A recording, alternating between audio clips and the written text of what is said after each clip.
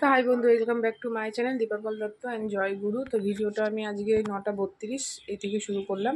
তো দেখো আমার ভাত হয়ে গেছে, আমার ভাত কিন্তু হয়ে গেছে। আর এদিকে মাছ করব।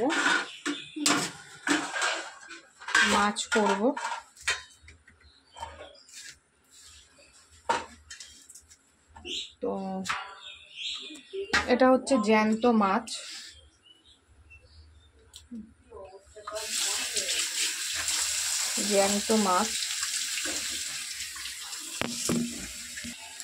বন্ধুরা দেখো, তেল বসিয়ে দিয়েছি, এখানে মাছগুলো ভেজে নেবো। আজকে শোল মাছের ঝোল আর চাল কুমড়োর ডোকা হবে।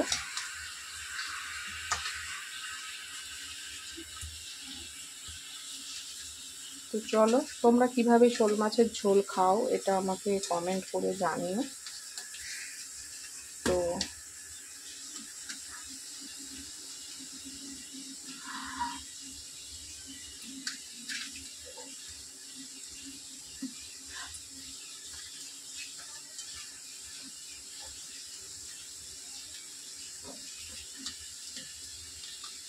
তো চলো মাছগুলো ভেজে নিই। আজকে আমি এক জায়গায় যাব, তাই সেরকম ব্লগ করতে পারবো না।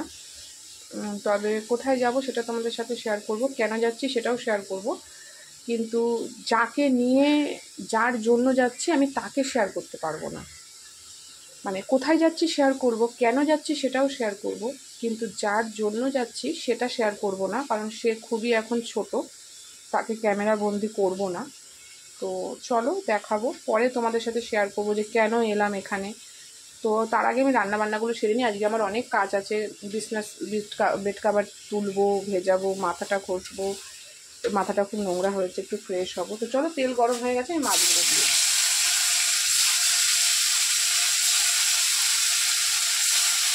এই মাছের জ্যান্ত মাছের কিন্তু ঝোল খুব ভালো লাগে।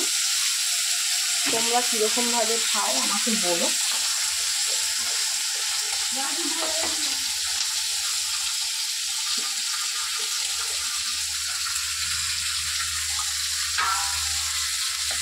আগের দিনই বাজার করেছিলাম, সেদিনকেই তোমাদেরকে শেয়ার করেছিলাম যে তোমাদের দাদাভাই এই মাছ খেতে খুব ভালোবাসে।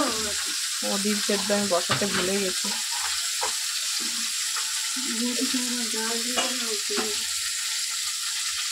তো চলো, এই মাছটা ভাজা হোক, আমি ঘর থেকে বিছানাটা গুছিয়ে আছি। চলো,